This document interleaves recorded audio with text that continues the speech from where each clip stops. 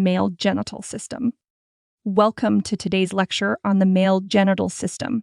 In this session, we will explore the various components of the male reproductive system, both external and internal. The male genital system comprises two main components, the external and internal genitalia. We will start with the external genitalia. 1. Penis. The penis is the primary male organ used for copulation and urination.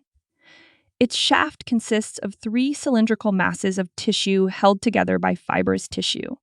The 2 back and side tissue masses are known as the corpora cavernosa penis, while the smaller third tissue mass is the corpus spongiosum penis. The corpus spongiosum contains the spongy urethra.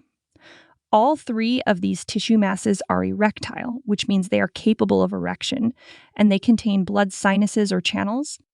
When sexually stimulated, the arteries in the penis dilate, allowing large quantities of blood to enter the blood sinuses. This expansion of spaces compresses the veins that drain the penis, causing most of the incoming blood to be retained. This process leads to an erection, which is a parasympathetic reflex. When the arteries constrict and the pressure on the veins is relieved, the penis returns to its flaccid or soft state. 2. Glands. The terminal enlarged end of the penis is called the glands. This part of the penis is highly innervated, making it particularly tactile or sensitive. Now let's move on to the internal genitalia of the male reproductive system. Internal genitalia include the testes, epididymis, vas deferens, ductus deferens, seminal vesicles, ejaculatory duct, prostate gland, bulbourethral, Cpers gland, and the urethra. 1. Testes. The testes are the primary organs responsible for reproduction in males, analogous to the ovaries in females. Located within the scrotum, the testes are oval structures enclosed in a fibrous capsule. The tunica albuginea, a dense layer of white fibrous tissue, covers the testes. This tissue layer extends inward, dividing each testis into a series of internal compartments called lobules. Each lobule contains tightly coiled tubules called seminiferous tubules, which produce sperm through spermatogenesis. Interstitial cells within the testes produce testosterone, a hormone essential for the development of male secondary sex characteristics. Growth of facial and body hair, deepening of the voice, and increased skeletal muscle mass are some of the secondary sex characteristics that do not develop in males who do not produce testosterone. 2. Epidemis. Located at the upper and posterior part of each testis is an epidemis, an elongated triangular tube that measures about 16 to 20 feet in length. These tightly coiled tubes allow sperm to mature. The epididymis tubes connect the testes to the ductus deferens, where sperm are stored until ejaculation. 3. Ductus deferens.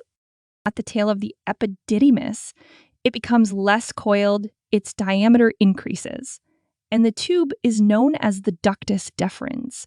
These muscular tubes are approximately 48 centimeters, 18 inches long. 2 vas deferens, one from each epididymis tube, lead into the pelvic cavity through the inguinal canal, cross to the inferior surface of the urinary bladder, and unite with the ducts of the seminal vesicles to form the ejaculatory ducts. 4 seminal vesicles. The seminal vesicles are 2 glandular pouches located behind and below the urinary bladder.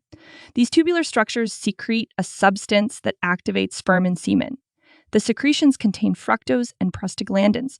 Fructose provides energy for the sperm, while prostaglandins assist in ejaculation and stimulate uterine contractions. These actions help sperm move to the uterine tubes where fertilization occurs. Additionally, seminal fluid is slightly alkaline, and the secretions of the seminal vesicles help protect sperm against the acidic environment of the vagina. Seminal vesicle secretions make up 60% of the ejaculate. 5. Ejaculatory duct. Each ductus deferens and its corresponding seminal vesicle combine to form a short tube called the ejaculatory duct. This duct opens into the urethra within the prostate gland.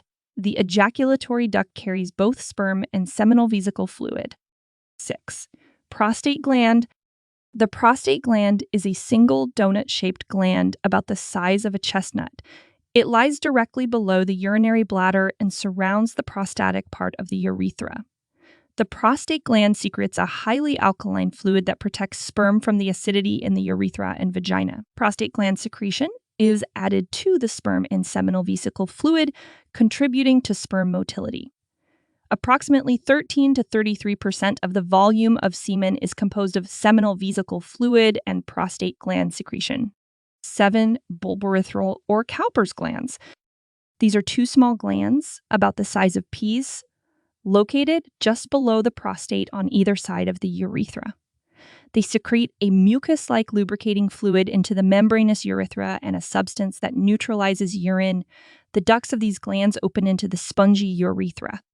8. Urethra.